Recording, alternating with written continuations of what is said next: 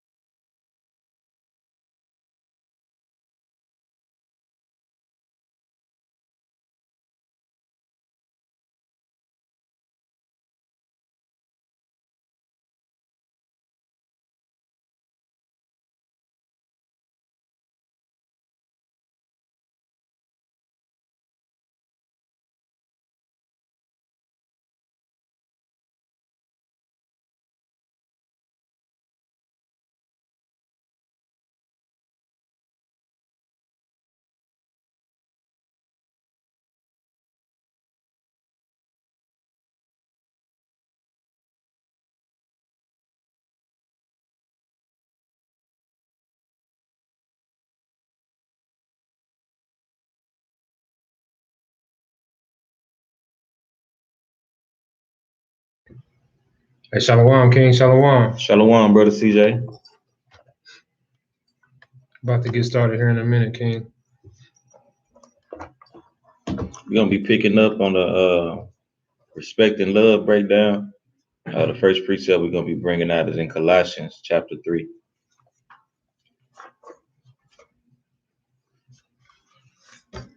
Come on, man. Shalom.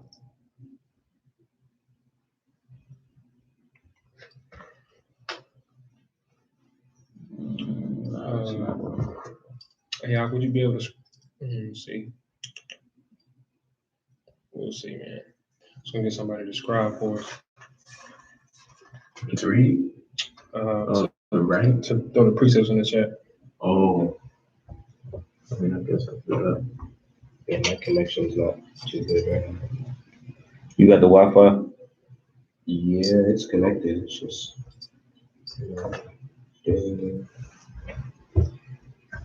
You said put the precepts in the chat. Okay. First one will be Colossians 3:25. Shalom, Mark. Shalom, brother Zion on the scene. Shalom, okay? I throw some sevens in the chat if the audio is good, right? Just want to make sure we're coming in clear before we get started. Throw some sevens in the chat. Come. The water. Brother CJ and whoever else tapped in, if you can throw some sevens in the chat if you can hear us. Come, our praises. All right. So we're gonna kick this thing off, man. First and foremost, brother Nasi. Brother Samurai. Hey, we with the SUC, Saints of Holy Commandments, right? And we out here waking up with the lost sheep, the tribes of Israel, right? Bringing out the truth and sincerity. Shout out to the 12 tribes of Israel, right? That's out there putting in the brick, man, day in and day out, right? So this is the part 2 of a breakdown that we were doing the other day, right? Talking about love and respect, right? And we want to go ahead and wrap this thing up, right? On this joyous occasion. We're going to try our best. Y'all bear with us. Sometimes the spirit get to moving, We also got brother Israel. He's gonna be live in the chat, man. He's gonna be describing for us tonight. So if y'all get behind or anything, y'all need the updated precepts, they're gonna be in the chat. Fine. We're gonna open up in the book of Colossians, chapter 3, verse 25. It's Colossians, chapter 3, verse 25. But he that doeth wrong shall receive for the wrong which he hath done. Right. And there is no respect of persons. So again, we still dealing or stressing the fact that the Most High does not have respect of persons. When it comes to the law is the law. There's no respect of persons when you're dealing with Yahweh by Shem Yahushua, right? Even if you Israel, right? More so. And then that's the thing too. I was wrapping it up with a brew, and the thing is that you can go off. You can ask for repentance, right? But there's still going to be consequences, right? Because it's the same way, with like we get this reference a lot, like with parents dealing with a child. Your parent may say to you as a child, you do something mischievous. If you tell me the truth, you ain't gonna get no whooping, right? But then you tell the truth, and might be more than they expected, right? Now I got to get you for that. You know what I'm saying? I got to get you for that. You know what I'm saying? But you know what I'm saying? It might be a different rapport that you built with them, with exposing them to the truth or telling the truth, right? And then also too, it's that's just, right? I got to be just across the board. I got to render down the judgment for that, the verdict for that offense, regardless of how I deal with you. What's the next precept, Bob? It's gonna be 1 Peter. 1 Peter 1:17. We're gonna start at. Let's start at Let's some meat on here.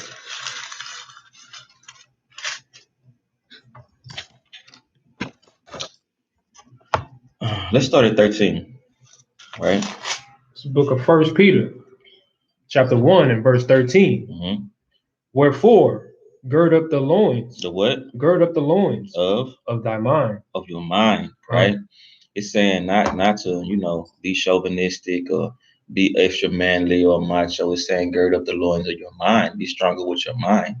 Understand the different levels of lust and spiritual demons that may be able to attack you when you are under attack. And with doing that, gird up your mind, right? Be mentally strong to endure these things. Go ahead. And hope to the end. Salakia. Salakia. This is from the top.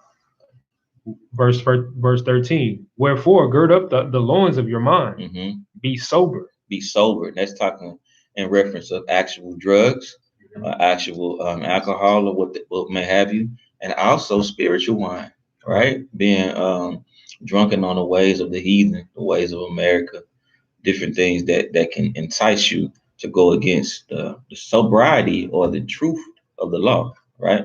Go ahead.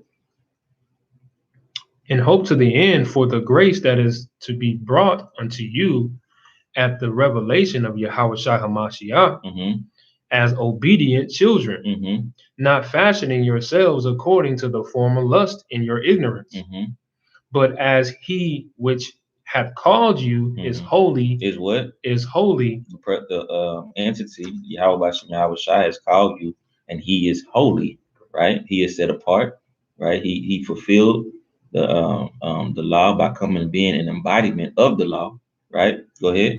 So be ye holy in all manner of conversations. So you ought to be Christ-like, follow after his lead. You know what I'm saying? He's laid a foundation or path of instruction for you. Just follow after his lead, right? Go ahead, Kim. Because it is written, be ye holy, for I am holy. Right. And if ye call on the Father, who without respect of persons, who without respect of persons, judge it according to every man's work. So according to every man's work, you're getting judged, not out of respect of person. You just because you a priest, right, don't mean that the Most High can respect you from being a priest and a prophet, and he's not gonna deal with you according to your work or your folly. And it's the same thing on down the line with Israel, from the kings and to the least of men. You get all of us have to walk according to the law, right? Quick precept, real quick. Matthew 5. Okay. Matthew 5 and what? Talking even the least of you from the greatest to the least of you, if you teach men to break these laws. Gotcha. Right? I think it's 16. Oh yeah. I got you. Kind of bring it out.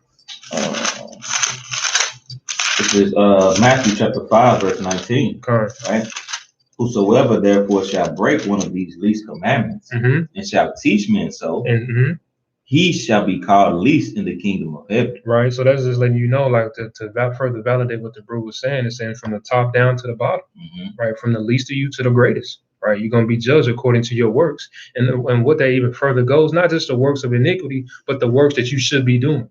Right. And you're not doing these things. So now that's even the harsher punishment that's going to be rendered down. Go ahead. Right. Salakia.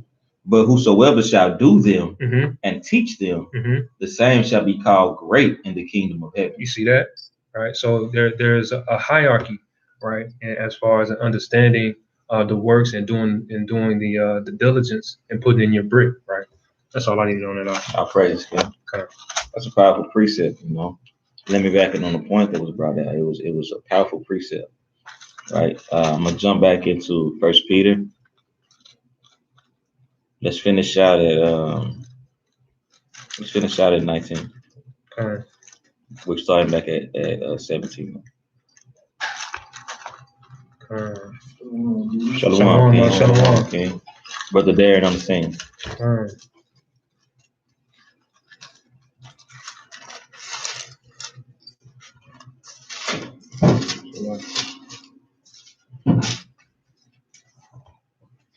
Right, it's gonna be 1 Peter.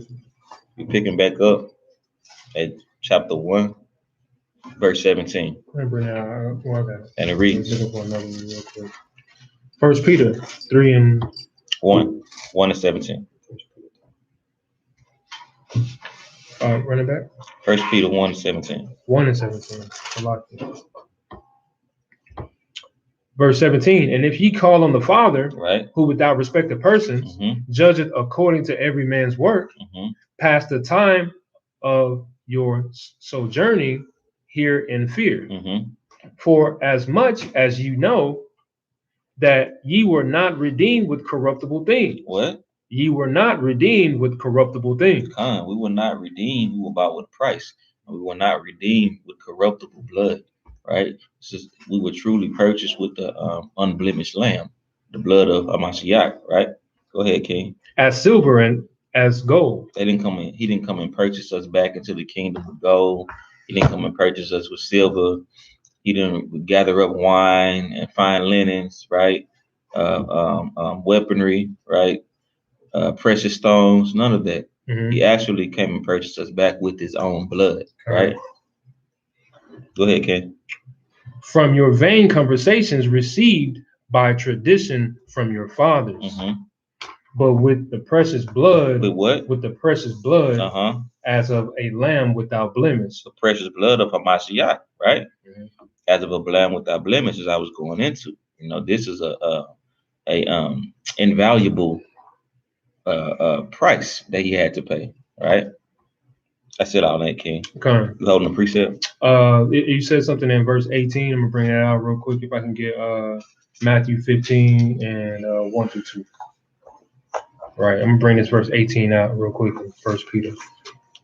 It says, "For as ye know that ye were not redeemed with corruptible things, as silver and gold, from your vain conversations received by the tradition of your fathers." By who? By the traditions of your fathers. The book of Matthew, chapter 15, verse 1. Then came Yahushua. So like it then came to Yahushua scribes and Pharisees, right, which were of Jerusalem, saying, Why do thy disciples transgress the traditions of the elders? Of the who? The Why do thy disciples transgress the traditions of the elders? Right, or the tradition of the fathers, right? Keep going. For they wash not their hands when they eat bread. Right, they were saying, hey, these brothers are unsanitary, man. Right, but it's unsanitary, but it's not a law, right? They were at this point in time operating on the oral law, right, instead of the law of the scriptures, right, the scrolls. Right, but keep going. What Yahweh shall I say to them? But he answers and said unto them, Why do ye also transgress the commandments of Yahweh by your tradition? Right. So now you putting the traditions of men over the traditions of the Most High in the scriptures, right? So this is what Peter was saying to these brothers, is that I'm gonna read that again in verse 18. For as ye know, this is not something, I'm not bringing a new doctrine, a new understanding. Ye know that ye were not redeemed with corruptible things. You know the Torah. This is how you know that it was Israel that he was speaking to. As silver and gold from your vain conversations received by traditions from your fathers. Your fathers handed you down. And this is the same thing that we kind of went through too when we talk about coming into the truth, how our fathers may have failed us, right? And they didn't give us an understanding that we were supposed to have. But we had some type of inclination of it. We knew about God, we knew about the scriptures, but we didn't know the whole thing. And that's what Peter was trying to break down. You holding something up? No, it's the next precept. Come on, so where we at? It's gonna be in Wisdom of Solomon, chapter 4.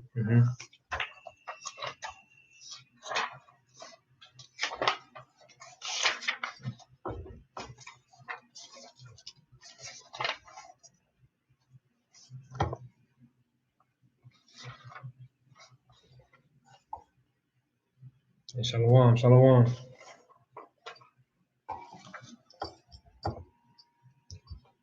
Where we at? 4 and Let's start at 13. It's Wisdom of Solomon, chapter 4, and verse 13. It says, he being made perfect in a short time fulfilled a long time. For his soul pleased the Most High. Right. Therefore hasted he to take him away from among the wicked. Right. This to plead, Salakia, this the people saw and understood it not. Neither laid they up this in their minds, that his grace and mercy is with his saints. With who? Is with his saints. With who? Is with his saints. Who are the saints, right? And then Bruce can pull some right quick to elaborate on who the saints are.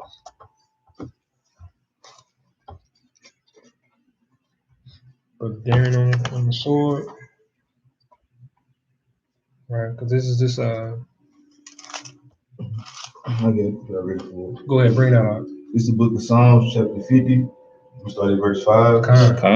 Gather my saints together unto me, those that have made a covenant with me by sacrifice. Who? Gather my saints together unto me, those that have made a covenant with me by sacrifice. Somebody give me Genesis 18, right?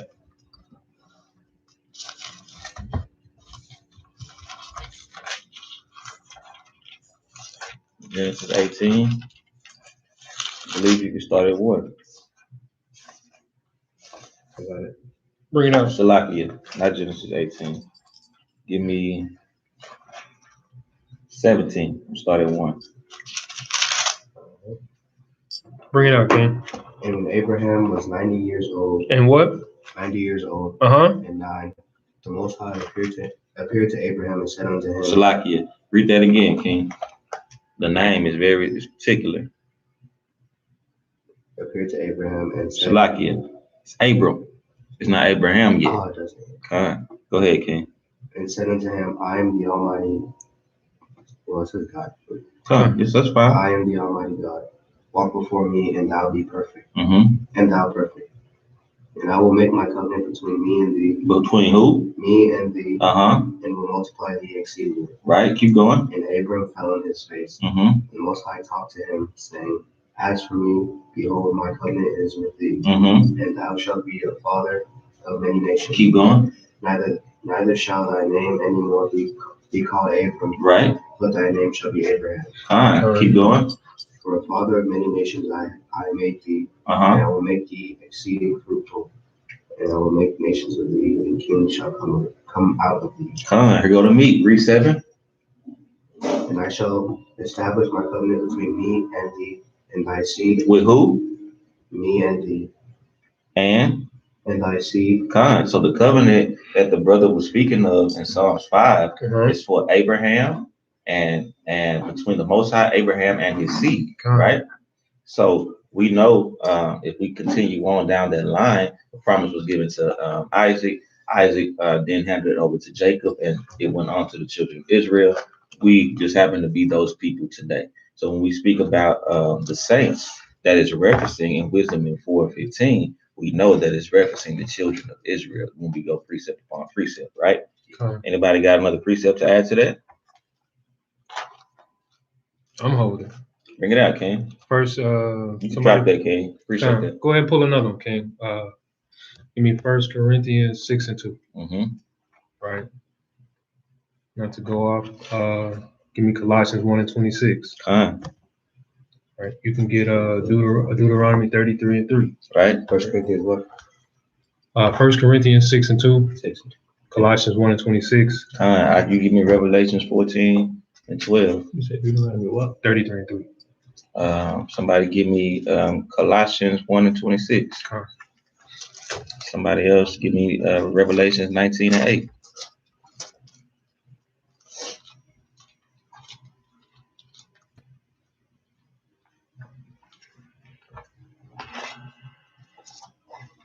If you go ahead and bring that out.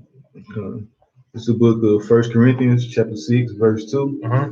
Do ye know that the saints shall judge the world? The what?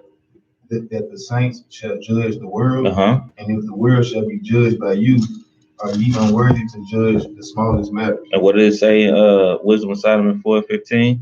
That his grace and mercy is with his saints, and that he hath respect unto his chosen, right? So he respects us enough to judge the world, right? Right? Who holding something? You got Revelation 14:12. Bring that out, King. It said, here is the patience of the saints. Of who? Of saints. Right. Here are they that keeps the commandments of Yahweh. Those that keep the law. And the faith of Yahweh. And the faith of Hamashiach, right? Those are the saints, the brothers that's keeping the law and believing on Hamashiach, right? Salakia, that's Colossians 1:26 and Deuteronomy 33:3. Talking to the brother on the scribe work. All praises, sis. Shalom. You got what you holding out? Deuteronomy. Come on, bring it out. Deuteronomy 1:26. No, it's Deuteronomy 33. All praises, Malak. Oh, 33. That was Colossians. Some of these precepts, man, they're right behind us, man. This is some of the we just want to go ahead and bring those out since we were in Wisdom of Solomon talking about the saints. Right. But we esteem some of you brothers, man, that's a part of SUC, man, to hold these things near and dear, right, and to be able to stand on these things. Somebody asks you who the saints are, we can be quick to call these precepts. And a saint is just not somebody who they use loosely and say, "Oh yeah, I'm a saint. I'm a child of God." No, you're not. Right? If you didn't, according to Genesis 17, what was that? 17 and 1 on down, right? Hey, you're not Israel. You're not of the seed Abraham, Isaac, and Jacob. Hey, you're not a saint. Somebody let me get 1 Samuel 2:9, right? Somebody else grab Jude 1:4-7. Let me bring this up. Go ahead, King. Deuteronomy 33:3. Yea, he loved the people. All his saints. All his what? All his saints Uh-huh. are in thy hand. And they sat down at thy feet. Everyone shall receive of thy words. Right, and that's what what I was just saying is pretty much landing on that. And hey, everyone should receive these words, man. Us being the saints. And when you hear these references, these different precepts coming out about the saints, know that the saints are the people that he made the covenant with, right? So if it gives any other detail, it's that and then some, right? Okay. It's the ones that's made a covenant with the Most High with blood, right? It's the ones that'll be able to judge the world, right? It's the people that's down at his feet, right? The people that he respects and has chosen, right? Mm-hmm. Who else holding? Bring it out. 1 Samuel 2:9. Mm-hmm. He will keep the feet of his saints. He will what? The feet of his saints. Uh-huh. And the wicked shall be silent in darkness. Right? Go ahead, King. For by strength shall no man prevail. Mm-hmm. So he will keep the feet of his saints, right? When you keeping the laws, as the brother Zion just eloquently brought out, when you keeping the laws and believing on Hamashiach, the Most High gonna do his portion because you did yours. He gonna keep your feet, right? Mm-hmm. Go ahead. Who else holding? I got Colossians chapter 1, verse 26. Bring it out. Even the mystery which had been hid from ages and from generations, but now is made manifest to his saints. To who? To his saints. Somebody grab Amos 3:7. Right, and that's another thing too, man, just to know that it's going to continue to be a mystery, especially to the other nations, especially to the 2/3, right? And until they have an understanding and have clarity of who bringing these scriptures out. Who got the Amos? This is Amos chapter 3, verse 7. Surely thy power will do nothing, but he revealeth his secret. Is what? His secret. Or mystery. Go ahead. Unto his servants, the prophets. Unto his servants, the prophets, which means that the prophets were the saints as well. Right? Bring that out again, Brother Darren. Somebody who's holding, anybody grab Ephesians 4 and 12. I might want you to start at 9. Salakia. This is the book of Colossians, chapter 1, verse 26. Even the mystery which had been hid from ages and from generations, but now is made manifest to his saints. Right, even now, like that, man, you have so many people waking up to the truth.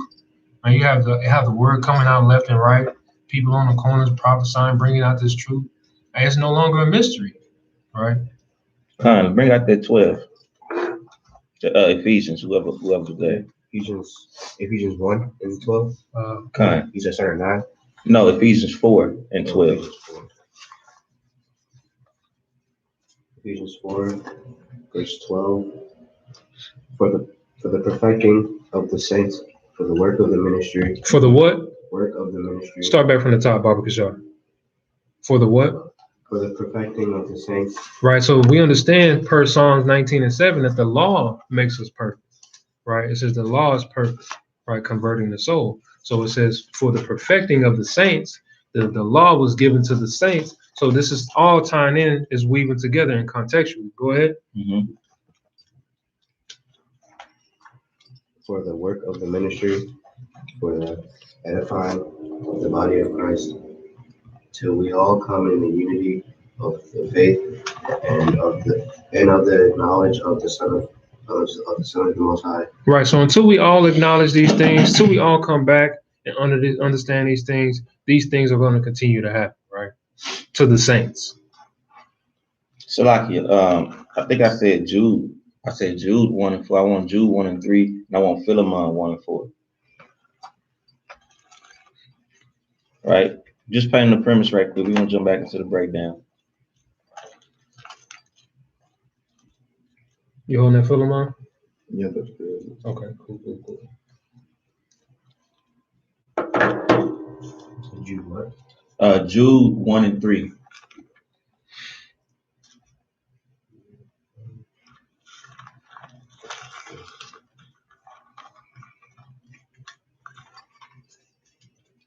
Right, bringing out a lot of precepts that we want a lot of the brothers on call and class get familiar with, right?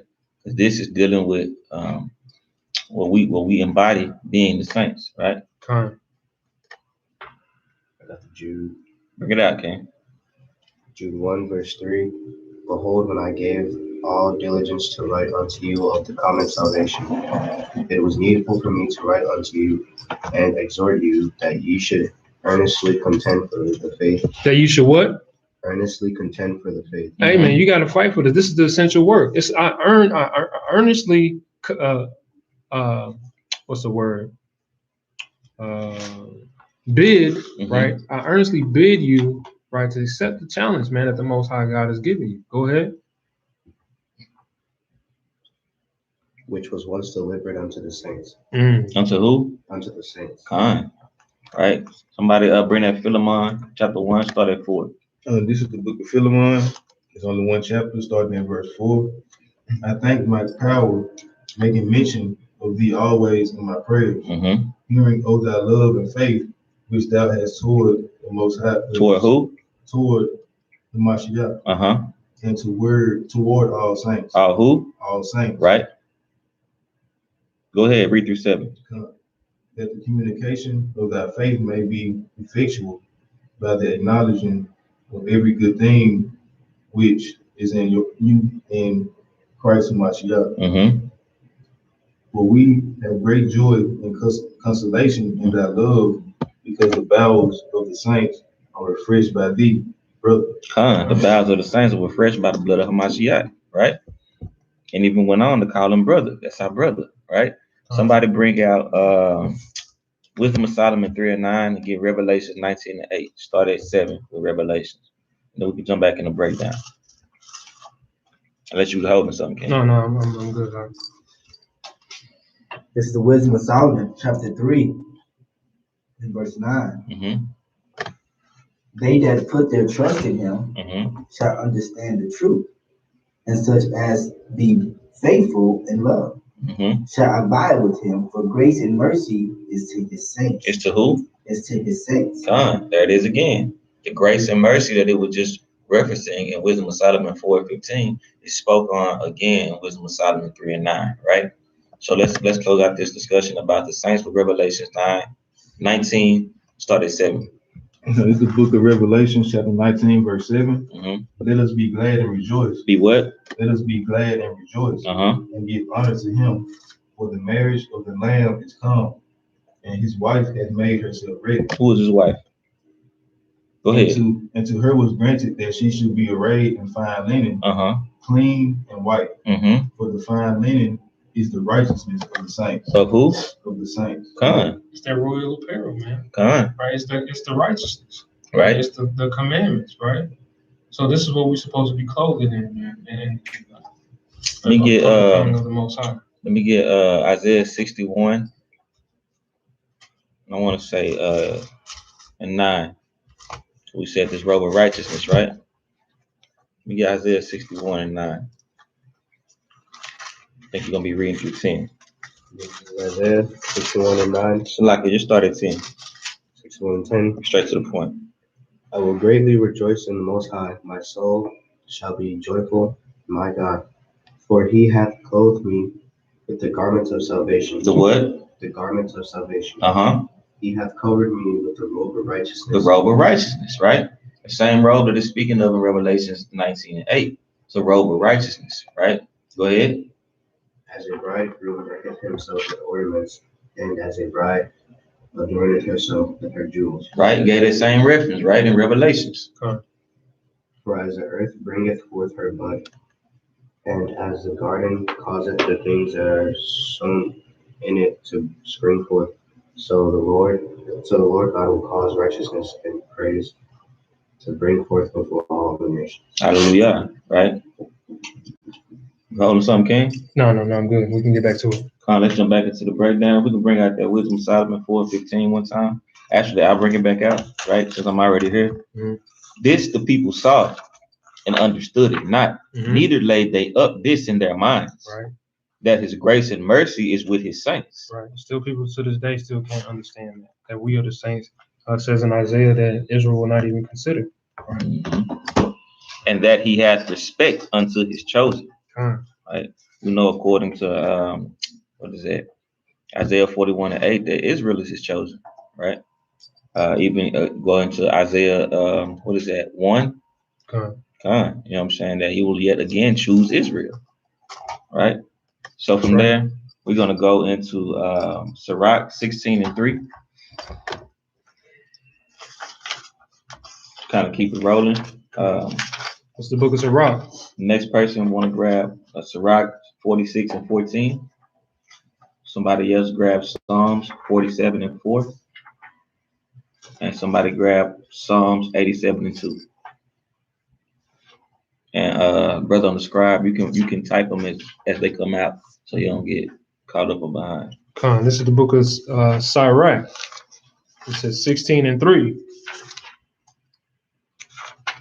All right, Cyrax 16:3. Mm-hmm. And it reads, "Trust not thou in their life, neither respect their multitude." Do what? Neither respect their multitude. So like you start at 1. Desire not a multitude of unprofitable children. Hey man, I'm gonna have me 15 kids, bro. I'm on all these kids, bro, so we can, bring the tribe back alive. You know what I'm saying? But what good is it if these ain't righteous children? They're gonna be a part of the 2/3. You're gonna be a part of the 2/3, and the Most High gonna wash them away. You know what I'm saying? In a sea of fire. Go ahead, King. Neither delight in ungodly sons. Hey man, you shouldn't have praise in your worldly son. You shouldn't have your heart should not be puffed up that you have 5 boys if your 5 boys are all wicked, right? Go ahead, King. Though they multiply, rejoice not in them, except the fear of the Most High be with them. Except the fear of the Most High is in them, right? This is the only time you should be proud and boastful of your child if they are a walking reflection of the law. They're doing their best to adhere to the law, statutes, and commandments, right? Go ahead, King. Trust not thou in their life. Trust not thou in their life, or neither respect their multitude. Neither respect their multitude, right? You got 5 boys, you know what I'm saying, but all of them are full of folly. Go ahead, King. I mean, you got an account of what's that, Eli, or one of the priests that was in the Old Testament, and his sons went off, right? And the Most High judged them sons. They was being whoremongers at the gate, right? And the Most High condemned him for not chastising his sons, because you supposed to know better. And this is the same thing what it's referring to now. You being a father, a man of God, what does it look like? You having children who are not walking according to the law, statutes, and commandments. You just having children to be having them. The Most High dealing with quality, not quantity. Reading on. Neither respect their multitude, for one that is just and what is one that is just is better than 1,000. And it says one of us gonna put 10,000 to flight, right? So one that is just is better than 1,000 wicked men, right? You're more powerful than 1,000 men, right? Finish that, King. And better it is to die without children than to have them that are ungodly. The Most High would rather you not be fruitful and multiply if you're not gonna raise them up in righteousness. You know what I'm saying? It's better for you to have not even had them because they dead anyway. You know what I'm saying? They are being saved for nuclear fire, right? You got some, King? No, that's it. Y'all can pull the next one. Next precept, who holding should be Cyrax 46:14. This is the book of Cyrax, chapter 46, and verse 14. Right. By the law of the Most High, he judged the congregation, and the Most High had respect unto Jacob. Unto who? Unto Jacob. Right. By the law, right, is what you judge by, and he had respect unto Jacob, unto Israel, right? This is going to tie all the way back to what we brought out at the beginning of the breakdown in Exodus 2:25. The Most High has respect toward Israel, toward Jacob. That's who he respects. He's not a respecter of person. He respects a nation more than any other nation, but he's not a respecter of persons individually, right? Next precept, if you want to grab it, it's going to be Psalms 47:4. Somebody holding that? If not, I can bring it out. I'm already close. Break it down, brother. Nice. Yeah, Salaki, that was Eli. I have to look that up. That was Eli. He was a priest at the time, man, and he failed. This is the book of Psalms, chapter 47, starting at start at 1. I'll read through 4. All right, Oh, clap your hands, all ye people. Shout unto Yahweh with the voice of trumpet. Triumph. Salaki, with the voice of triumph. For Yahweh, Most High, Salaki, for Yahweh the Most High is terrible. He is a great king over all the earth. Right. He's a terrible God, man. Right. Exodus 15:3. He's a man of war. Right. Keep going.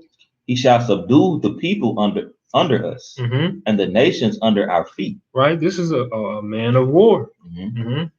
He shall choose our inheritance for us. Right. Deuteronomy 32:9. He set the bounds of the people. Right. According to the inheritance of Israel. Right. And this is just going into the love of the Most High. Right. The love, how love and respect goes hand in hand. Right. The whole point of this breakdown. Right. The respect factor that he has toward Israel is carried out through his love for us, right? He doesn't just say it, it's not literature. He actually displays it by choosing us, right? By giving us an inheritance, by giving us everlasting life, by giving us a place of repentance, right? You know what I'm saying? That's mercy and grace, right? So let's finish this out, verse 4. He shall choose our inheritance for us, the excellency of Jacob, whom he loved. Whom he what? Whom he loved. All right. Salah. Are you holding something, King? No, Lord. Next precept is going to be Psalms 87:2. I'll grab it. Come over here. Bring it out, King. This is Psalm chapter 87, verse 2. And the Lord loveth the gates of Zion. He what? Loveth the gates of Zion. Salakia. Let's start at 1, right? Verse 1. And let's read through 3. Fine. The psalm or song of the sons of Korah. His foundation is the holy mountains. The Lord loveth the gates of Zion more than all the dwellings of Jacob. Glorious things are spoken of thee, O city of Yahweh. Right. So not only does he love us as a people, he loves our land. He loves everything that he's given to us, or as a portion of us that represents us. The Most High has the infinite love for, right? Which is also why, you know, we're punished above the rest of the nation, because he has true love for us. He would not just allow us to go off into folly and destroy ourselves. Right. 1, because he loves us. 2, because he put his name on us, right? So we out here representing the Most High when we are acting as the heathens act, right? Bring it out, King. It's a precept, right? Just to bring out, to edify what brother was just saying. The Most High put his name on us. It's 1 Samuel 12:22. Right. 1 Samuel 12:22. It says, for the Most High will not forsake his people. For his great name's sake. For what? For his great name's sake. Hey man, I put my name on that thing. So I gotta correct y'all from embarrassing yourselves and my name. I ain't put some respect on that thing. Put some respect on Yahweh's name, right? Because because it had pleased the Most High to make you his people. Right? It was a beautiful thing for him to, out of all creation, man, to say, hey man, y'all the ones. I'm gonna choose you, right? Right. Let's get somebody can pull Cyrax 47:22. Right. The next king can pull Baruch 3:36. Right. Next king can pull Matthew 22:36 through 40. Cyrax 47:22. Because now we're dealing with the love of the Most High, right? Go ahead. This is the book of Cyrax, chapter 47, verse 22. But the Most High will never leave off his mercy. He what? He will never leave off his mercy. Hey man, the Most High love you enough to where he will never leave off his mercy from you. We say all the time within the brotherhood that, hey man, we've all done things that's worthy of death. We've all made abominable mistakes, right? But still the Most High has had and shown his mercy and long suffering with giving you a place of repentance to come back to the fold. Right? Finish that out, King. Neither shall any of his works perish. Right. Neither will he abolish the posterity of his elect. His what? The posterity of his elect. And the seed of him that loveth him, he will not take away. Wherefore he gave a remnant unto Jacob. Unto who? Unto Jacob. Or Israel, the Israelites, right? And out of him a root unto David. You know? Yahweh Shai. No, it's prevalent that the Most High is dealing with us perpetually, right? It's never going to be a change. It's never going to be a heathen grafted in, right? It's never going to be a beloved prince of the power cast away unless he cast away the laws, right? And even then, he will still be saved through the washing of regeneration, right? But we deal with that another time. Somebody pull the next precept. Should be Baruch 3 and 36, right?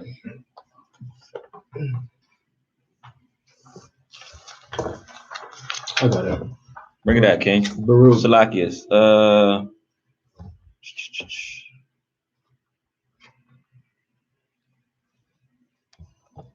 Start at 34. 34. Okay. Baruch 3 and 34. The stars shine in their watches. Salakia. That's my bad. That's my bad. You can just read. Start at 35. 35, okay.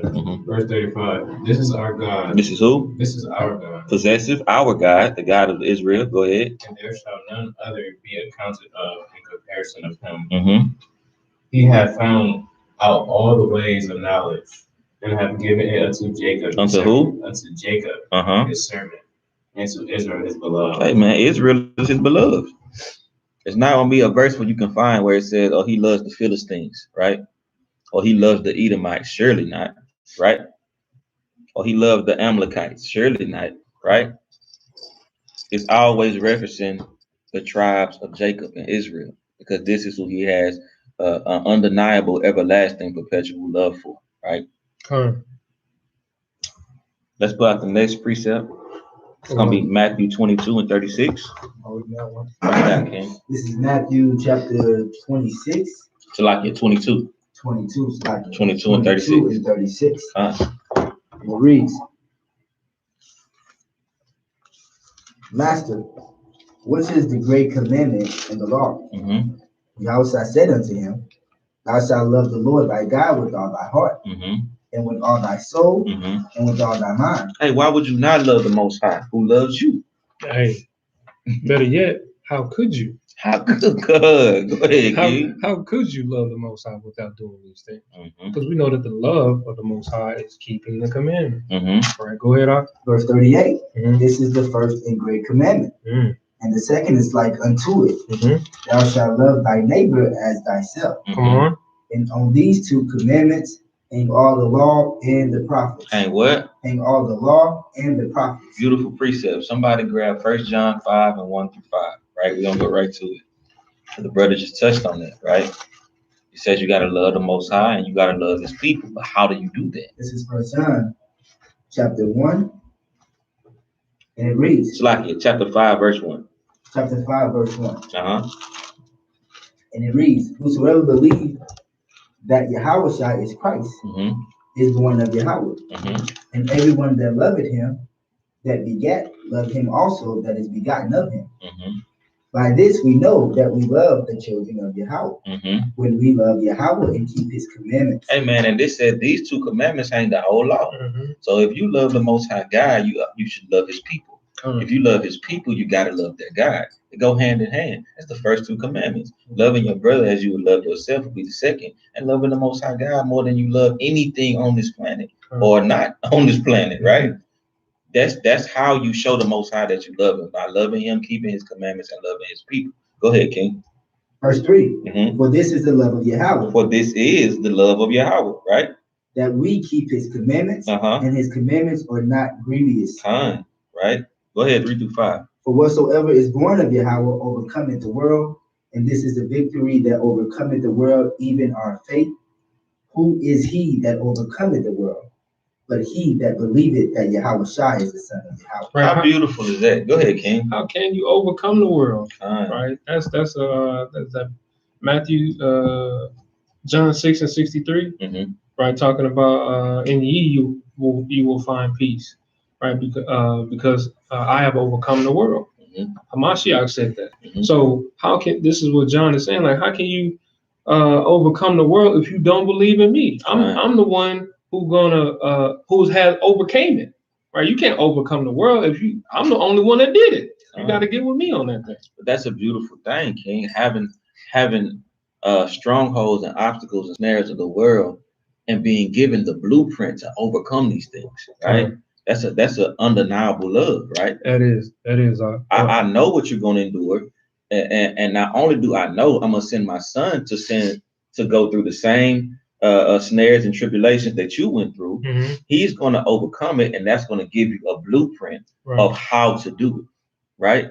That's an endless love, because not only is he gonna give you a blueprint of how to do it, where you fell short in your attempts, he's going to give his life so that you will be accepted back and be able to continue that walk. Should you not honor him then? Should you not keep the law, right? Should you not give it your best effort, right? That's how you know that Israel was Jake, man, because they hated on Yahushua, man. Hey, this brother doing too much out here, man. This brother noble, hey, walking around healing people. Hey, brother righteous, keeping the commandments. The people love him. Hey, man, we gotta do it. He cutting us. Hey, and then it's like, but did he say, greater things will you do? Right. You know what I'm saying? He said, yeah, listen to me, but I'm gonna put you on game too. I'm gonna show you how to, you know what I'm saying, follow after my footsteps. Right. You know what I'm saying? Salakia. Somebody can grab Deuteronomy 10 and 12. Next precept would be Leviticus 19 and 10 through 20. I'm holding Leviticus. Somebody else want to grab 1 John 3? You already there. You can grab that 1 John 3 and 1, and then jump down to 10 through 18. Another group can grab John 15 and 12.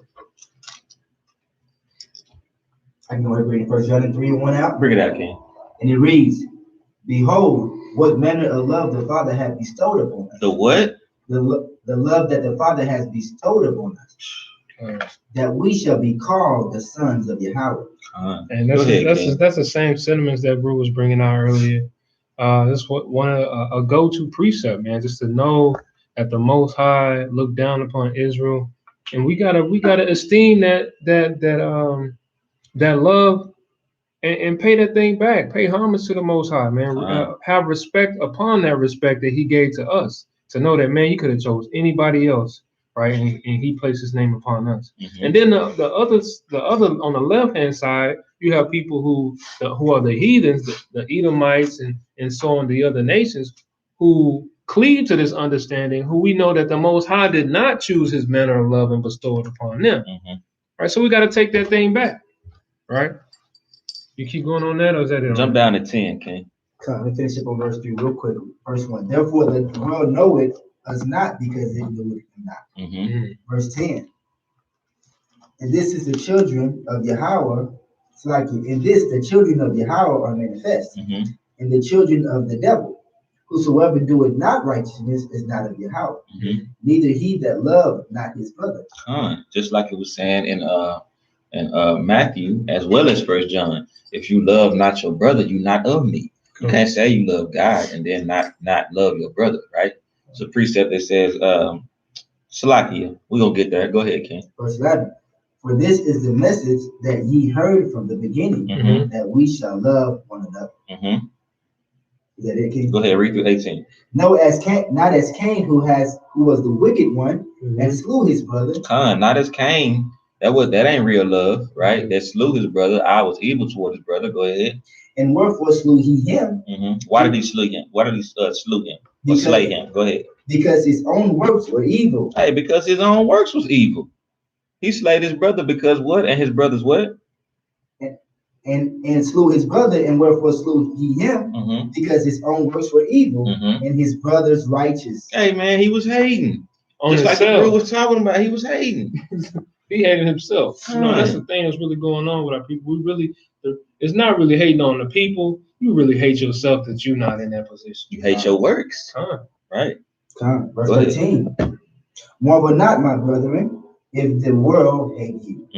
We know that we have passed from death unto life, because we love the brethren. And that's we say all the time amongst ourselves. Like this is what we're here for, to sharpen each other. You know what I'm saying? We challenge you to we say it all the time. We challenge you to give us an opportunity to be your brother, right? You know what I'm saying? And we gonna seize every opportunity and try to exceed your expectation of a brother, right? Go ahead, King.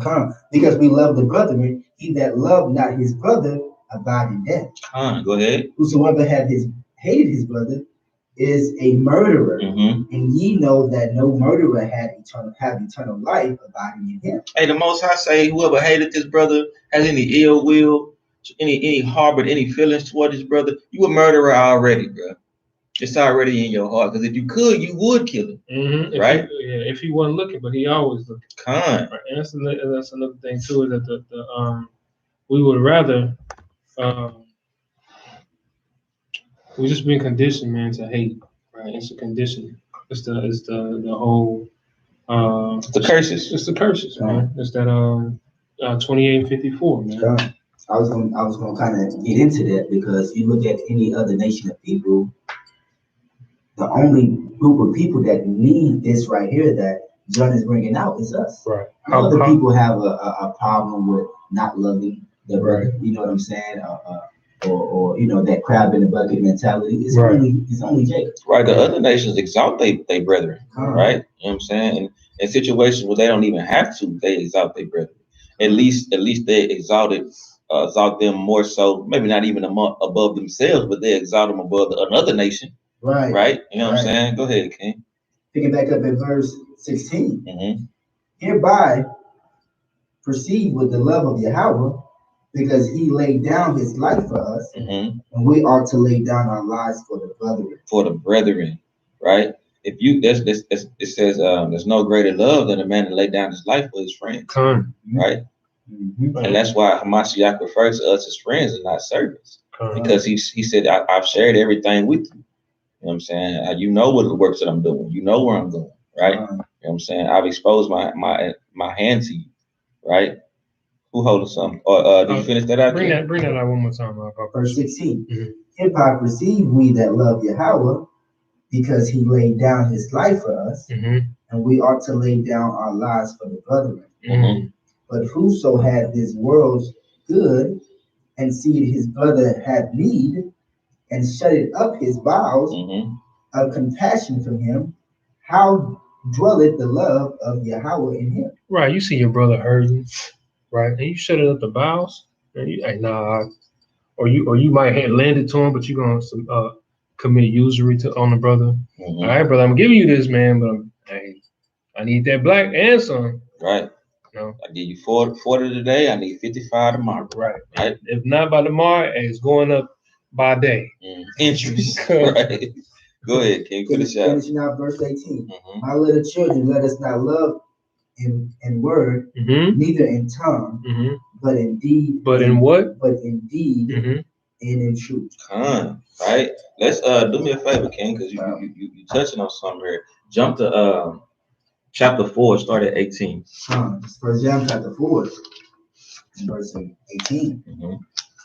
There is no fear in love, but perfect love casts out fear. There is no fear in love, but we live in a society that to love, hey, it's a fearful thing to show love, man. We don't. Hey, that's weak. Hey, man, this brother. Hey, man, that's a powerful thing for a mighty brother. Right, to be able to say, hey, brother, man, look, I got love for you, King, right? And to not just say it, because we just brought out a precept, not in words, but in deed, right? But to show that in your acts, right? And how you move and how you manifest things. Go ahead. I got a precept for that. The brother was just bringing out. You know, you brother may say, I'm going to let you hold it, bro, but, don't play with my money, bro. You know what I'm saying? This is Cyrax, chapter 29, right? And I'm gonna start at 10. Lose thy money for thy brother.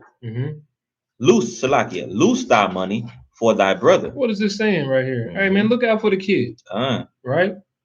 And thy friend. And let it not rust under a stone to be lost. Hey, man, you stacking up your coins, right? You sitting on savings. You see your brother's hurting, and you gonna let that thing rust. Right, look just out. like it was saying in verse 17 of chapter 3.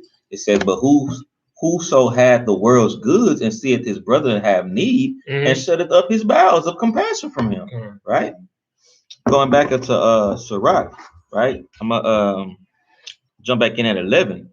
Lay up thy treasure according to the commandments of the Most High. That's that Matthew 6, right? And it shall bring thee more profit than gold. Shut up alms in thy storehouse, and it shall deliver thee from all affliction. It shall fight for thee against thine enemies, better than a mighty shield and strong spear. Right. An honest man is surety for his neighbor, but he that is impudent will forsake him. Forget not the friendship of thy surety, for he hath given his life for thee. Right. Don't forget the one that was for sure, that was with you from the jump, that's been always down. Shooting with you in the gym. Right. Your ace boom. You know what I'm saying? Go ahead. Salakia. A sinner, jumping back at verse 15. Forget not the friendship of the surety, of thy surety, for he hath given his life for thee. Right? A sinner will overthrow. Hey, brother, be with you shooting in the gym, right? Diving in the precepts with you. You know what I'm saying? He might see that your gift is you have a certain God-given ability, and the brother might spend his time helping you with your craft, right? You know what I'm saying? That's him giving his life for you. Brother don't know when his punch gonna be clock gonna be punched, when his time won't run out, but he's used and invested his valuable time seeing that joy gifts are brought to the forefront. Don't forget that, brother. You know what I'm saying? It says in Cyrax 6, I believe, that a friend is a medicine of life. You know what I'm saying? Jumping in verse 16. A sinner will overthrow the good estate of his surety, and he that is of an unthankful mind will leave him in danger. Right. The one that was he was there with you for sure, but he was a sinful man. So it said what out? It says that and he that is of an unthankful mind will leave him in danger that delivereth him. Hey man, you get left hung out to dry, man. Suretyship hath undone many of good estate, and shaketh them as a wave of the sea. Mighty men hath it driven from their houses, so that they wandered among strange nations, right? And that's powerful, man, to know that these mighty men left their homes because of the surety that they had. Right? They had confidence, right? A wicked man transgressing the commandments of the Lord shall fall into suretyship, and he that undertaketh and followeth other man's business for gain shall fall into suits. Hey, yo, man, and don't be the brother that gotta constantly remind the brother that, yeah, I was in the gym with you, right? What you got for me? I know you just signed that contract. You know what I'm saying? Hey man, they ain't really your friend. I was the one that was, getting the rebounds for you. You know what I'm saying? Right. Giving you the ball, right? You know what I'm saying? I was the one that was clocking your 40s. You know what I'm saying? That was me. You know what I'm saying? Verse 20. Help thy neighbor according to thy power. Right? And don't be sacrificing your time with your loved ones for your boy, because the millions gonna pay. You know this work gonna pay off, and the millions gonna come in. Bro, no, just help him according to your power. You know what I'm saying? Do what you can do to uplift the brother and help him out, but don't sacrifice. You know what I'm saying? Or substitute. You know what I'm saying? Your work as a father, as a husband, right? For the monetary gain that may come from being a friend. You know what I'm saying? Like you were just reading, the treasure is in heaven. And I would say also don't disable your brother. Don't put him out, but with your hand out. Right? You steady seeking, but you see the brother got work. Hey man, let me get right. Yeah. You know what I'm saying? And I'm gonna get you right. I'm gonna get you right too. That's a good look, King. Verse 20. Help thy neighbor according to thy power, and beware that thyself fall not into the same. Right? Don't help your like you just said, don't disable the brother, right? Don't help or seek help to the point where you done put the brother out. You know what I'm saying? Now he need your help. You know what I'm saying? Because he done helped you so much. The chief thing for life is water and bread and clothing and a house to cover shame. Better is the life of a poor man in a mean cottage than delicate fare in another man's house. Right? You gonna go home, you sleeping on the couch. Like, yeah, bro, we're in this thing together. No, brother, I have my own family. You know what I'm saying? Read that again. Better is the life of a poor man in a mean cottage than delicate fare in another man's house. Hey, you be down and out, man. No hope in the world, but Yahweh shot, man. That's all you need. But then to be bumming, right? Being a damn bumite, right? Unrighteous, mooching off somebody, and you know good and well you're not keeping the commandments. It says, be it little or much, hold thee contented that thou hear not the reproach of thy house, right? So whatever you got, bro, hold fast to that. Whether you got a lot or you got a little, hold fast to that. Or it's better than hearing the reproach in somebody else's house, right? It says, for it is a miserable life to go from house to house. For where there art a stranger, thou darest not open thy mouth, right?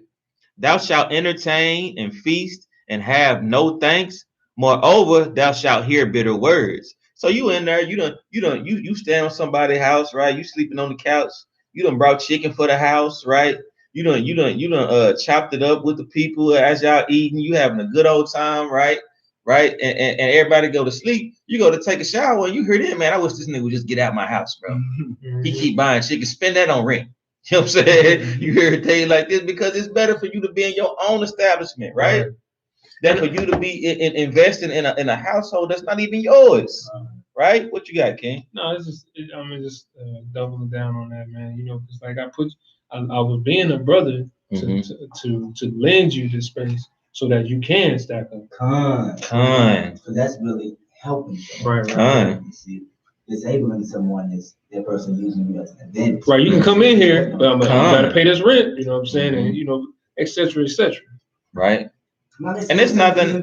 Well, yeah, I mean, as far as like taxation, you know what I'm saying, taxes. And that's why I don't think it's nothing wrong with you fall on hard times, right? Brother put you up, right? You got a little extra pocket change. You look at, I just bought something for the house.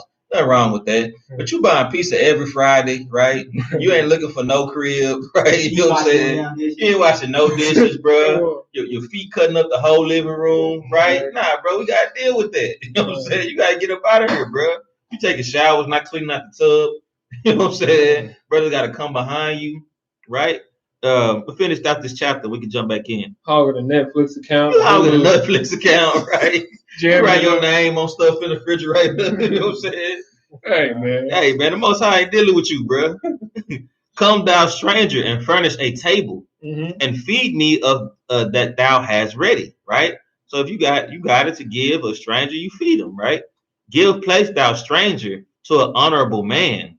But Salakia, my brother cometh to be lodged, and I have need of mine house, right?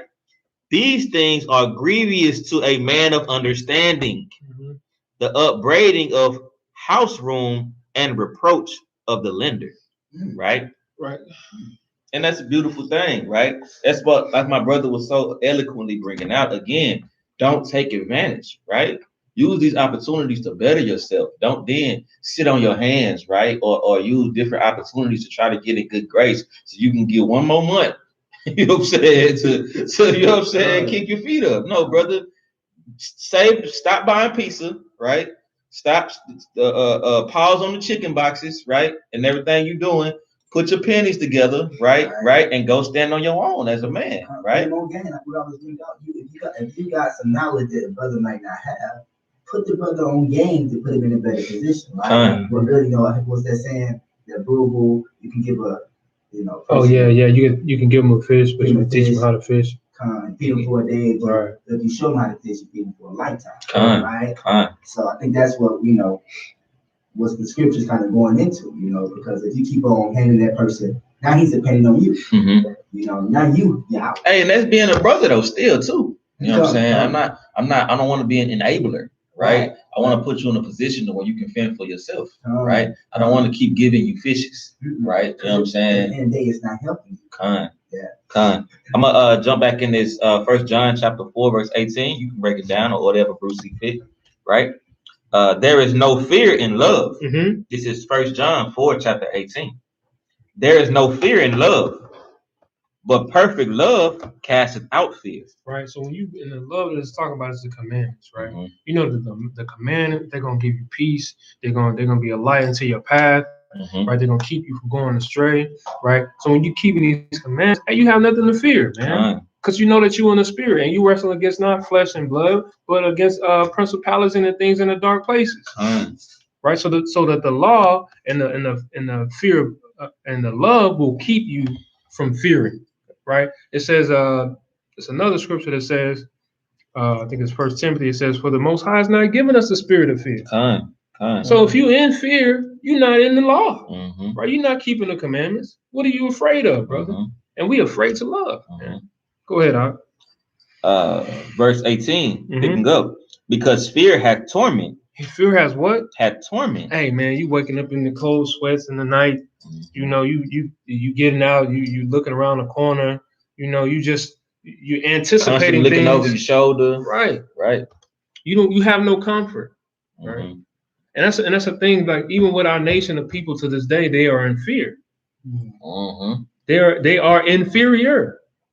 Right. Because There's no might in their hand. Because they don't have the fear of the love. Right. They don't have the love of the Most High. Here's a precept. Go ahead. This is Joshua chapter 1, verse 9. Have not I commanded thee? Be strong and of courage. Be not afraid, neither be thou dismayed. That's good. For the Lord thy God is with thee, wheresoever thou goest. Give me that 8 one time, Mark. This is first Joshua chapter 1 and verse 8.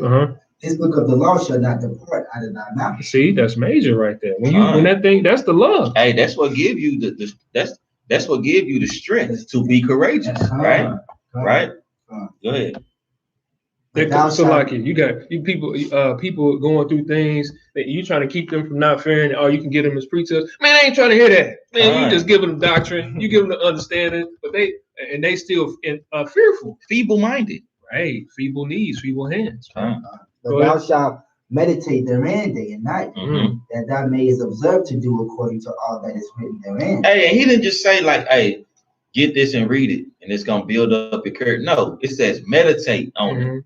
Day in and day out. You have to build up that mental strength, right? And we're just bringing some out about that, where it says be strong in your mind, right? Sober-minded, right?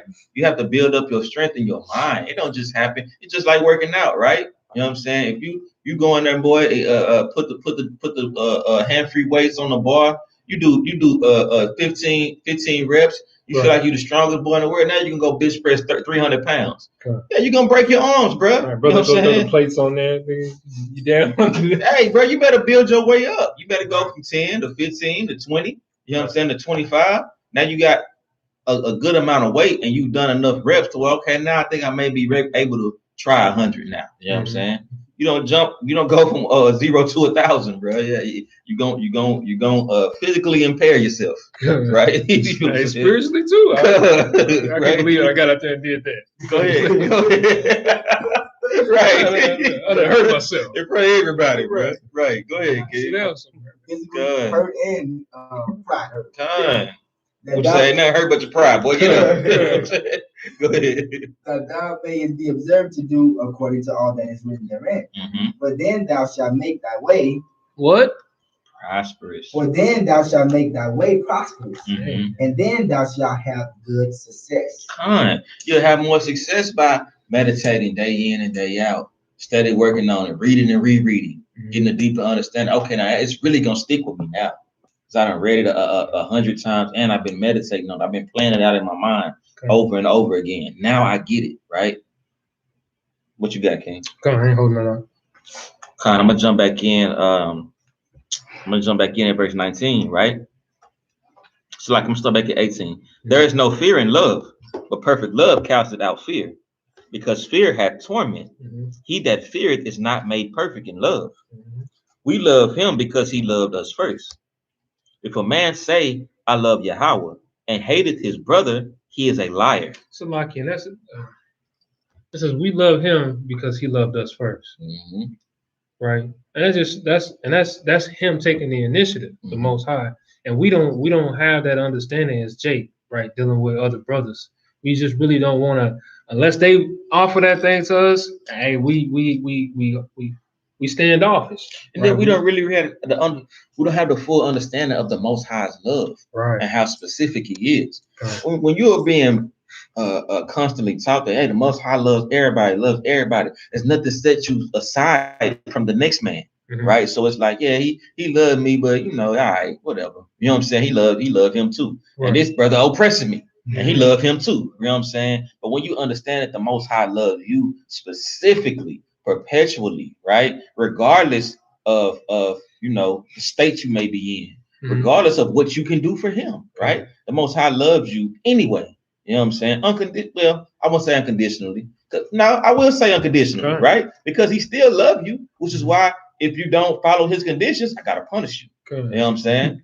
Right? You know what I'm saying? So he still loves you. It's just a different type of love, right? You know what I'm saying? So it's because we haven't been taught the dynamics of the Most High's love, right?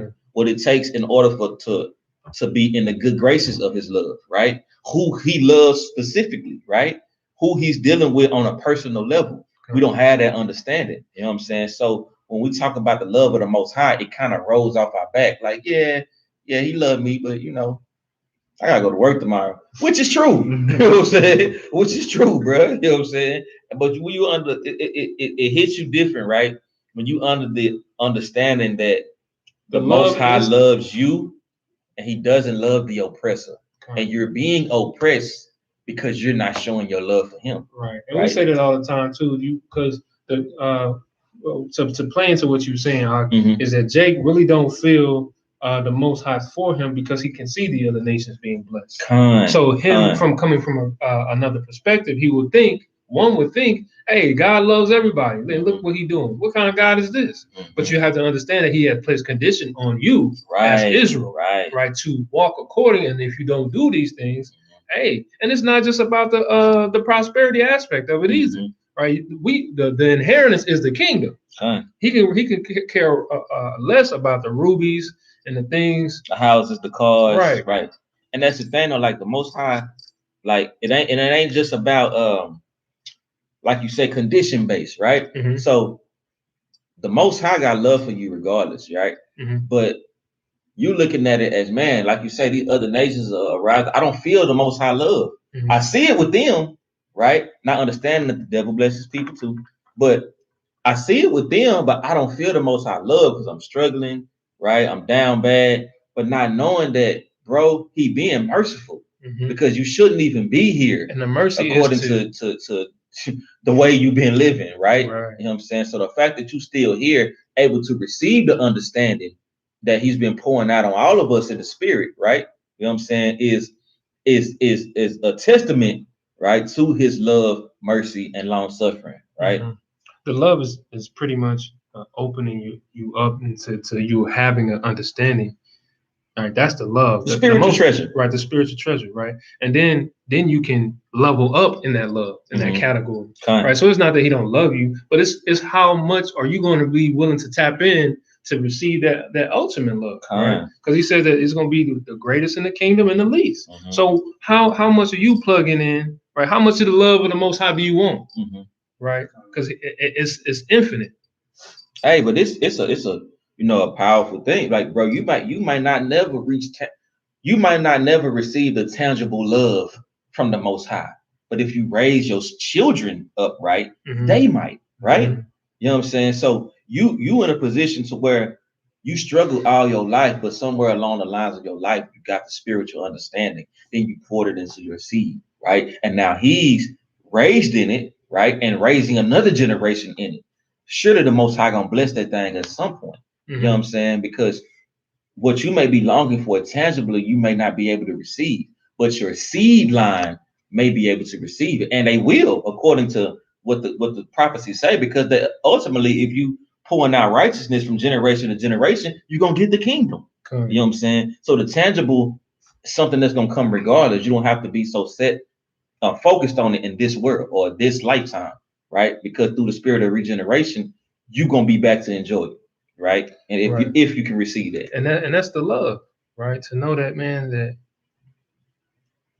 that's the fear and love, because that's the main reason that Jake fears to love, because he feels that what he gets out could potentially hurt him in this aspect in life, and it can be the end of it, right? But those who are in the know, right, and know the laws and know about the regeneration, hey, I'm gonna pour this thing out, man, because I know at the end of the day, hey, the Most High is looking down upon this. He gonna reward me for my works, hey, and if I'm coming back, right, I'm gonna get this kingdom, whether this life or the next. Yeah, all praises, man. I'm gonna finish this out. I'm gonna start back at top of verse 20. I'm gonna finish this out. If somebody can, we'll grab a few more precepts, bro. We can wrap it up. We'll have to do a part 3. You know, the spirit got to moving. Somebody want to hold Leviticus 19, 10 and 20. Oh, I was holding. I dropped it. Somebody else hold Deuteronomy 10 and 12. Right? Somebody else hold John 15 and 12. And we can close it on Exodus 4 and 22. But I'm going to finish this out. Deuteronomy 10 and 12. 10 and 12, come. Verse 20, right? 1 John 4, verse 20. If a man say, I love Yahweh, and hateth his brother, he is a liar. For he that loveth not his brother, whom he had seen, how can he love Yahweh, whom he had not seen? Come on. And this commandment have we from him, that he who loveth Yahweh, right? This is a what? Commandment that we have from him, that he who loveth Yahweh loveth his brother also. Come on, man. This is, you got to be your brother's keeper, man. Right? You got to love him, man. As it says in Matthew 23, right? You got to love him as you love yourself. Right? This is the book you sit on it out. Come on, all praises. Let's next precept. I got the Leviticus. Bring it out, Ken. This is the book of Leviticus, chapter 19, verse 17. Thou shalt not hate. Like you start at 10. Leviticus 19 and 10. And thou shalt not glean thy vineyard, neither shalt thou gather every grape of thy vineyard. I want to say we went into this. We did bring this out one time. I want to say we went into this, right? And this is what is to paraphrase, to go into it, we can break it down. But hey, the Most High loves all Israel, right? So the fact that he has blessed you to be fruitful enough to have a vineyard, don't go out and clean that thing out, man. Why? It goes into why. Don't clean. You got a vineyard, you got a yard, you got crops, you got crops and stocks worth of fruit and foods that you have been growing. Don't clean out your whole vineyard, right? But why? Go ahead, King. And thou shalt not glean thy vineyard, neither shalt thou gather every grape of thy vineyard. Thou shalt leave them for the poor and the stranger. You gotta leave some for the poor and the stranger. Everybody don't have a vineyard, right? Everybody don't have a yard, but them still your brothers, right? That don't have that. So you gotta leave something for the stranger, for the poor, right? So that nobody will go hungry. Hey, you know what? That's charity. And charity cover multitudes of sin. Bring that out, man. Verse 11, ye shall not steal, neither deal falsely, neither lie one to another. Hey, because you my brother, and I got to treat you how I would treat myself. I wouldn't lie to me, right? I wouldn't steal from me. You know what I'm saying? So I got to conduct as if I'm dealing with myself, right? Go ahead, King. Verse 12, and ye shall know, ye shall not swear by my name falsely, neither shalt thou profane the name of thy power. I am the Most High, Yahweh. Like we was bringing that last time. You can't take the Most High vain in name or swear by his name falsely, because one, he's the Most High. You know what I'm saying? And he loves you. And two, he called after his name. So you dealing with yourself falsely. You know what I'm saying? And you slandering your own name, right? You know what I'm saying? Go ahead, King. Verse 13, thou shalt not defraud thy neighbor, neither rob him. The wages of him that is hired shall not abide with thee all night until the morning. Don't sit on your brother. You got money to pay your brother, pay the brother. Right? You know, I know we in the different times when we getting paid every 2 weeks. Hey man, that's something the heathen brought to the forefront. Right. The Most High say the man did his work for the day. Hey. Go pay that man. Pay the man. But who's to say if that man even gonna see the next day? Pay that man what he got worth, so he can go and give it and distribute it to his family. Right? Go ahead, King. That's righteous, man. The wages of him that is hired shall not abide with thee all the night until the morning. Thou shalt not curse the deaf, nor put a stumbling block before the blind, but shalt fear the Most High, Yahweh thy power. Hey man, and that goes to spiritually too, right? The blind and the physical. The blind and the physical and in the spirit, right? If you see this brother, you know, he ain't dealing righteously, he ain't keeping the Sabbaths right, and you want something from the store, don't send this brother to the store for you. You know what I'm saying? you gonna say, hey, we're gonna get into that because you suffering what? Sin upon him. Kind.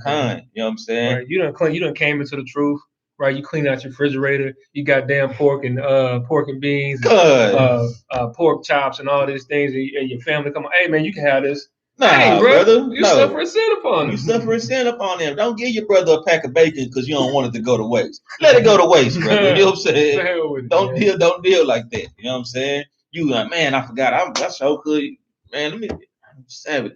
You know how much you don't want to run to the store for me? No, don't do that, bro. Right. That's wicked. That's wicked because it's not the blood on your hands, right? It ain't on him.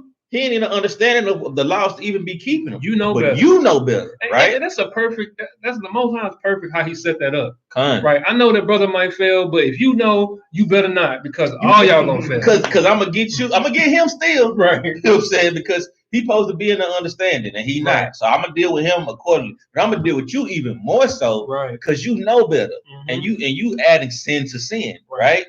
Go ahead. What the Most High gonna say? Well, hey, you gonna tell the Most High? Well, he ain't trying to get down. Right. No, I told him he was already down. Right. You know what I'm saying? Yeah. So I'm dealing with you for that, brother. Right. Go ahead.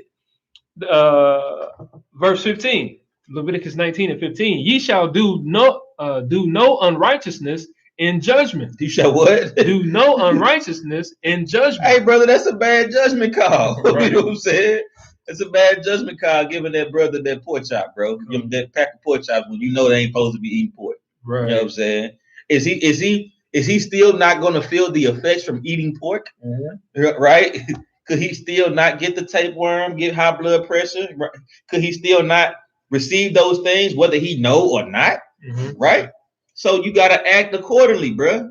Go ahead, King. And this is talking about also too rendering down judgment, right? If a brother wrongs you, hey, don't give a righteous judgment. Don't be too heinous on the judgment on the brother, right? Don't be overbearing. I seen brothers was dealing with that today. Salakia, quick story. Today I seen on Instagram. I don't know these brothers. I ain't got no malice towards y'all brothers. I follow a lot of brews. I don't know I love them. But a brother seen something that happened with some rapper in Chicago got shot, and the brother that seen it posted it. I hope the nigga die. I hope he, you know what I'm saying, which is a very harsh reaction, right, to the 2/3. So another brother was bringing out the fact that, well, his crime wasn't worthy of death. You know what I'm saying? According to the law, his crime is such and such, whatever it may be. I think he equated it to stealing an ox. So then you would then have to repay it and then some, right? That's what the law say. You know what I'm saying? The Most High don't say what his crime did is worthy of death. True enough, the brother got other unrighteous acts, right? That the brother that's riding on him might be accounting for. You know what I'm saying? But specifically that, and we don't know what that judgment was for. If it was for the stealing the car, or was it for, you know, something else that was going on with him? You know what I'm saying? Like, so I feel like not that I feel anything about what the brothers were going through, but I think the understanding of what the brother was saying that he did, that crime wasn't worthy of death. But the brother bringing out the understanding that it's not just this that he doing. He doing other stuff too. You know what I'm saying? Who's to say that judgment was rendered down because of that act? Or who's to say that judgment wasn't fair according to everything that he, you know what I'm saying? So I could see both perspectives, but I'm saying that to say you have to reward a man according to his fault, right? You know what I'm saying? Not according to what you think is justifiable. You know what I'm saying? And that's might be what the brother who was saying that it wasn't worthy of death. He might have felt as if the brother was speaking as if like you going too hard, bro, for what he did wasn't. But I might be speaking in more of his sins in a bundle than his. You know what I'm saying? Right. And this also too just goes into the fact that you can't judge. Right. So the whole aspect of not being able to judge someone, it says, "Ye shall do no unrighteousness in judgment." Right. So you can judge, just don't be unrighteous. Thou shalt not respect the person of the poor, nor honor the person of the mighty, but in righteousness shalt thou judge thy neighbor. Thou shalt not go up and down as a talebearer among thy people, neither shalt thou stand against the blood of thy neighbor. I am the Most High. Thou shalt not hate thy brother in thine heart. Which is powerful. Like, because a lot of the things that everything you just said from 10 on down, That's hate for your brother. Right. That's murder according to the law. Right? Like that's it sums it up. Everything from 10 to 19. What is that? Is it 19 or is it 17? Everything from 10 to 16 is summed up in verse 17, right? You hating your brother at the end of the day. You know what I'm saying? Laying snares for him, right? Cleaning out your vineyard so that brothers can't eat, right? And so forth. Holding their wages when they've already provided the work for you, right? That's hating your brother. You know what I'm saying? And that's something that the Most High saying that we're not dealing with in our nation, right? Go ahead, King. Verse 18. Salaki. I think you're still on 17. Thou shalt not hate thy brother in thine heart. Thou shalt in any wise rebuke thy neighbor and not suffer sin upon him. What the brother was just bringing out earlier. When you do those things like sending a brother to the store on the Sabbath because he ain't an Israelite, which he is an Israelite, he just not in the practice. You know what I'm saying? Handing out pork chop platters and bacon and pork and beans because you're cleaning out your closet or your cupboard now that you an Israelite, you handing it over to your sibling. You know what I'm saying? Like if you an Israelite today, well, not in our cases, but the brother and sister that are Israelites, you handing this over to them because I still eat pork. Well, you ain't gonna eat this one. You know what I'm saying? Like not for me, bro. Don't add to it because you suffering sin upon them. Go ahead, King. But thou shalt love thy neighbor as thyself. Salaki. Verse 18. Thou shalt not avenge nor bear any grudge against the children of thy people, but thou shalt love thy neighbor as thyself. I am the Most High, Yahweh.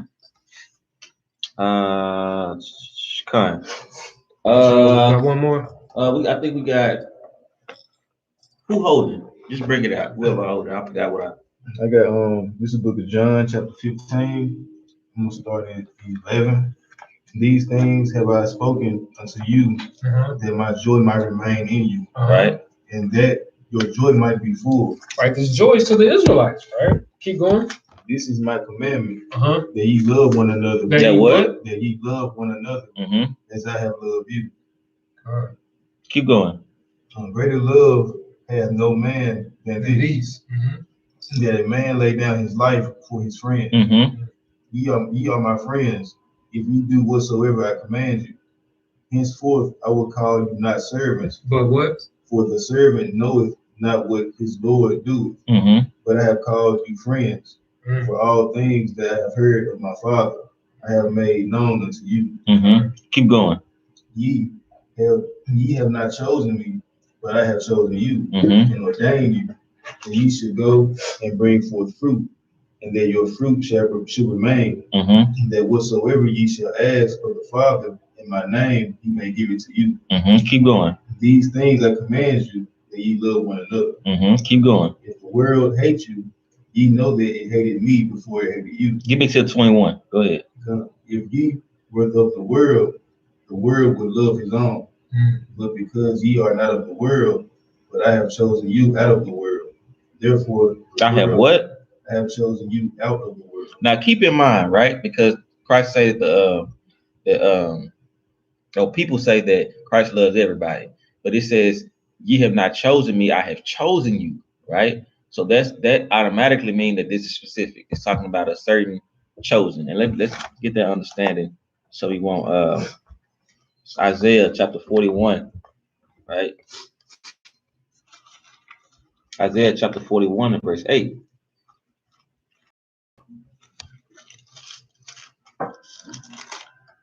But thou, Israel, art my servant, Jacob, whom I have chosen, the seed of Abraham, my friend, which goes back to Genesis 17 that we were speaking on earlier, right? When it says the seed of Abraham, is it all of Abraham's children? Is it every seed that Abraham had? No, it goes, if it then is funneled or channeled through Isaac, right? So is it all of Isaac's children now, right? Is it Esau and Jacob?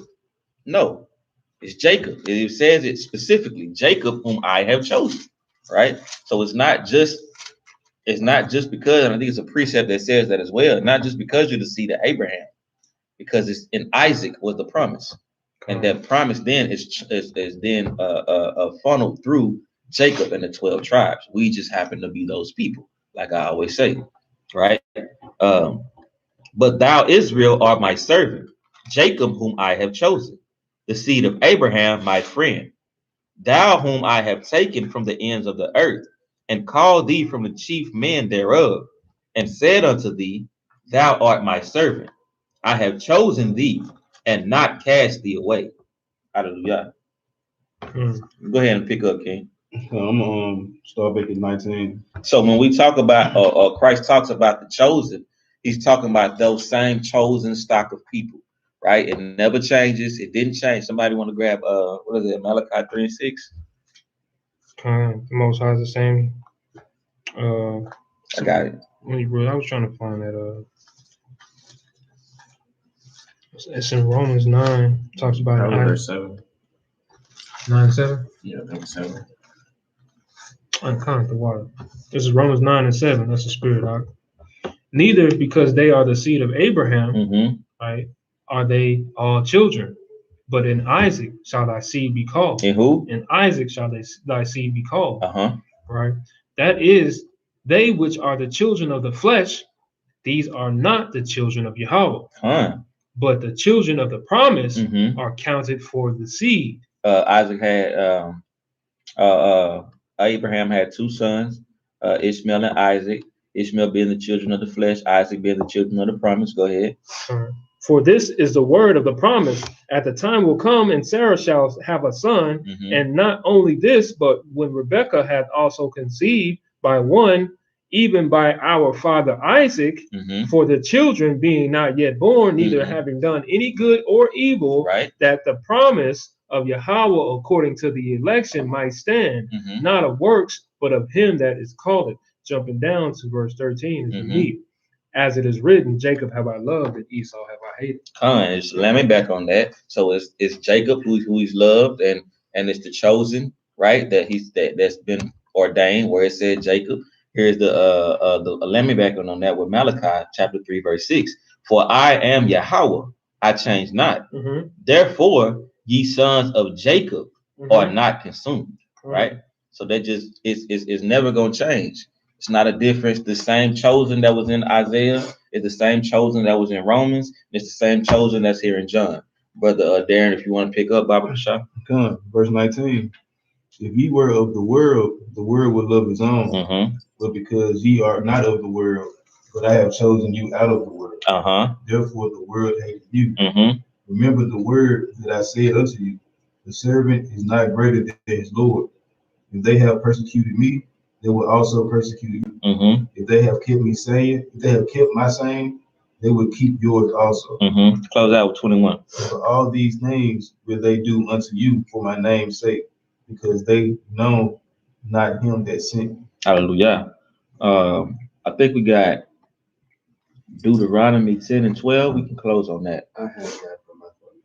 I'll pray. I'll bring it out, bro. You are good. We can close on that.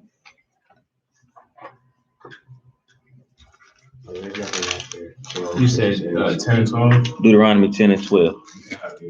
Read through 13. Okay.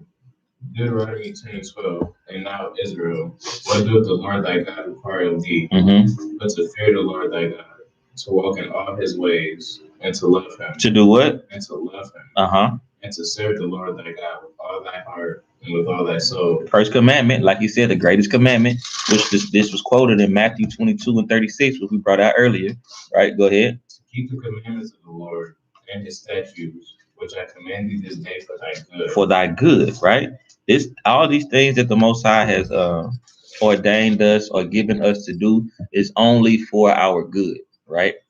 What you holding, King? No, I'm good. Yeah, Job 28:28. You can bring that one more time. It says, fear. It says, what do the Most High require of thee? Okay. And now, verse 12. And now, Israel, what doeth the Lord thy God require of thee? But to fear the Lord thy God. But to what? But to fear the Lord thy God. You can hold that. This is Job 28:28. And unto man he said, behold, the fear of the Most High, that is wisdom. Right. So in order for you to fear the Most High, I mean, you got to have wisdom. It is wise to fear the Most High. Right. Hey. And to depart from evil is understanding. So we hate what the Most High hates, right? What's evil, iniquity, right? Because it is wise to do so. Right. You said it's wise to do so.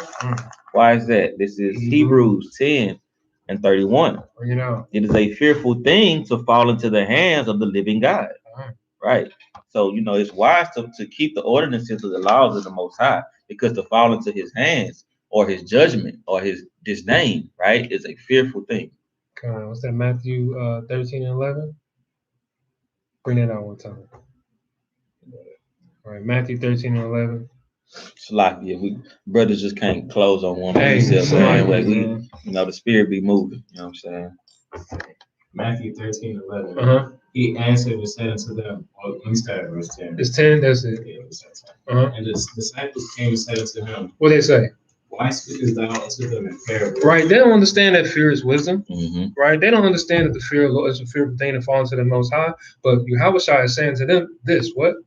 He answered and said unto them, because it is given unto you. It is given unto who? Unto you. Unto you. Go ahead. To know the mysteries of the kingdom of heaven. But to them it is not given. Hallelujah. That's why they have no fear, man. You know? And then they impart that same understanding into us, and it's to our detriment. But yeah, man. We can close out on this classic that we always like to close out on. You know, if you heard nothing else today, please hear this, right? This is the book of Ecclesiastes, chapter 12, verse 13. Let us hear the conclusion of the whole matter. Go ahead. Fear Yahweh and keep his commandments.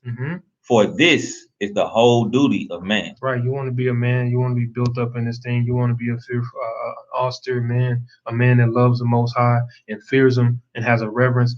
This is what the Most High requires of you, right? To hear the conclusion of the matter. So in closing, we're going to close out. This is Respect and Love, part 2, right? We'll be doing a follow-up video closing out this breakdown. Brother Shamarai with SUC. Brother Nazi. Hey, we want to give a shout out to all the brothers on the corners and highways and byways, spreading this truth and sincerity. The sisters holding it down in the households, raising up the children, right? All the saints scattered abroad. Barakatah, shalom. Shalom, shalom.